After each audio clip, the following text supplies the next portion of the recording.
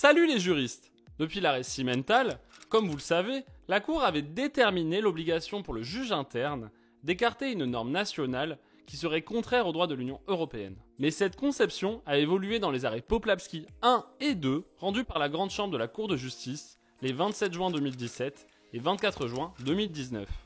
Avec ces arrêts qui viennent nuancer l'arrêt Cimental, en considérant explicitement qu'une disposition du droit de l'Union qui ne serait pas d'effet direct ne peut être invoquée afin d'écarter l'application d'une disposition de droit national qui y serait contraire.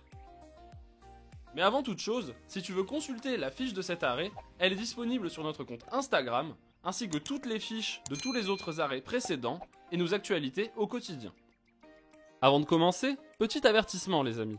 Cette vidéo vise à expliquer simplement ces arrêts et principalement leur rapport sur la question de la primauté du droit de l'Union et son lien avec l'effet direct. L'objectif n'est donc pas d'être exhaustif et nous allons laisser de côté un certain nombre de points traités. Ce ne sont pas des oublis, mais une volonté de rester le plus simple possible. Voyons maintenant les faits. En 2007, M. Poplavski, ressortissant polonais résidant aux Pays-Bas, s'était vu condamné par un tribunal polonais à une peine de prison d'1 an assortie d'un sursis. Et après avoir ordonné la mise en exécution de cette peine en 2010, ce même tribunal avait émis un mandat d'arrêt européen ou MAE à l'encontre de M. Poplavski en 2013. Cependant, la loi néerlandaise prévoit un certain nombre d'exceptions de non-exécution automatique d'un MAE, notamment pour les résidents réguliers sur son territoire. Le Royaume des Pays-Bas avait cependant fait savoir qu'il était disposé à prendre en charge l'exécution de la peine sur son territoire. Mais cette exécution devait être demandée par la République de Pologne, ce qui était incompatible avec sa législation sur la question. Cela avait amené le juge néerlandais à poser un certain nombre de questions préjudicielles auxquelles avait répondu la Cour de justice dans un premier arrêt Poplavski du 29 juin 2017. Celle-ci avait alors considéré que la disposition de la décision cadre qui mettait en place le MAE s'oppose à la législation d'un État membre mettant en œuvre cette disposition, qui dans le cas où la remise d'un ressortissant étranger disposant d'un permis de séjour à durée indéterminée sur le territoire de cet État membre est réclamée par un autre État membre aux fins de l'exécution d'une peine privative de liberté, d'une part, n'autorise pas une telle remise et d'autre part, se borne à prévoir l'obligation pour les autorités judiciaires du premier État membre de faire savoir aux autorités judiciaires du second État membre qu'elles sont disposées à prendre en charge l'exécution de ce jugement. La Cour a également fait le constat que les dispositions de la décision cadre 2002-585 ne sont pas d'effet direct, mais que tout de même la juridiction nationale compétente est tenue, en prenant en considération l'ensemble du droit interne et en faisant application des méthodes d'interprétation reconnues par celui-ci, d'interpréter les dispositions nationales concernées dans toute la mesure possible, à la lumière du texte et de la finalité de cette décision cadre. Cela signifie, les amis, que si l'État membre refuse l'exécution d'un MAE, cela implique que les autorités judiciaires de l'État membre d'exécution ont l'obligation de garantir elles-mêmes l'exécution effective de la peine prononcée contre cette personne. Mais les amis, malgré ce premier arrêt de 2017, la situation paraissait toujours insoluble, poussant même la juridiction de renvoi à s'interroger sur la possibilité, en vertu du principe de primauté, de laisser inappliquer les dispositions du droit néerlandais incompatibles avec les dispositions d'une décision cadre, même si ces dernières sont dépourvues d'effet direct, ce qui ferait ainsi disparaître le motif de refus de la remise de M. Poplavski aux autorités polonaises. Cette interrogation transparaît alors dans la principale question préjudicielle posée dans l'arrêt Poplavski 2. Il était alors demandé à la Cour de justice de déterminer si dans le cas où l'autorité judiciaire d'exécution ne peut interpréter les dispositions nationales adoptées en exécution de décision cadre de sorte que leur application aboutisse à un résultat conforme à la décision cadre, est-elle tenue, en vertu du principe de primauté, de laisser inappliquer les dispositions nationales incompatibles avec les dispositions de la dite décision cadre.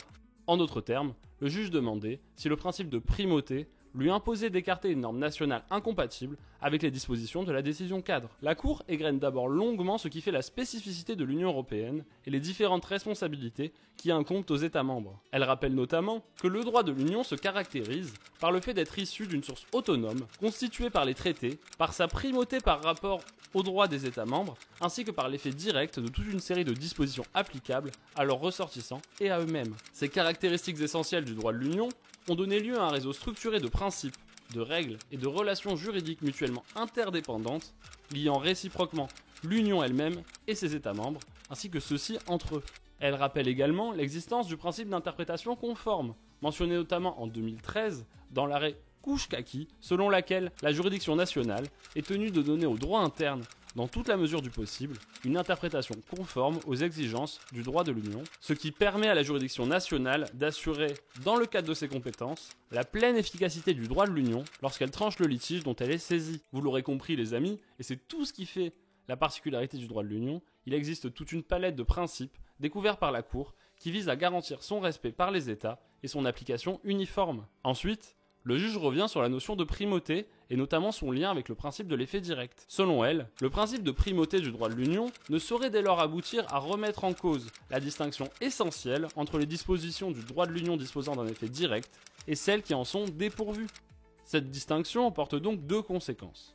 D'abord, que tout juge national a, en tant qu'organe d'un État membre, l'obligation de laisser inappliquer toute disposition nationale contraire à une disposition de droit de l'Union qui est d'effet direct dans le litige dont il est saisi.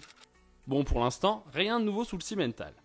Mais à l'inverse, une disposition du droit de l'Union qui est dépourvue d'effet direct ne peut être invoquée en tant que telle dans le cadre d'un litige relevant du droit de l'Union afin d'écarter de l'application d'une disposition de droit national qui y serait contraire. Bon, ça par contre les amis, c'est un peu nouveau. Enfin, pour être plus précis, c'est la formulation qui est nouvelle. Pour vous expliquer brièvement, ce lien entre primauté et effet direct était déjà apparu dans plusieurs arrêts précédents, mais Poplawski devient ici formaliser de manière plus solennelle cette notion, ce qui est son principal apport. Mais alors, comment solutionner notre arrêt? Puisque la décision cadre n'est pas d'effet direct, il faut alors se tourner vers le principe d'interprétation conforme, qui impose donc, en appliquant le droit national, d'interpréter celui-ci dans toute la mesure du possible, à la lumière du texte et de la finalité de la décision cadre, afin d'atteindre le résultat visé par celle-ci. Ce principe n'est cependant pas absolu, et comme la Cour l'avait déterminé dans Poplawski 1, ne peut servir de fondement à une interprétation contra legem du droit national.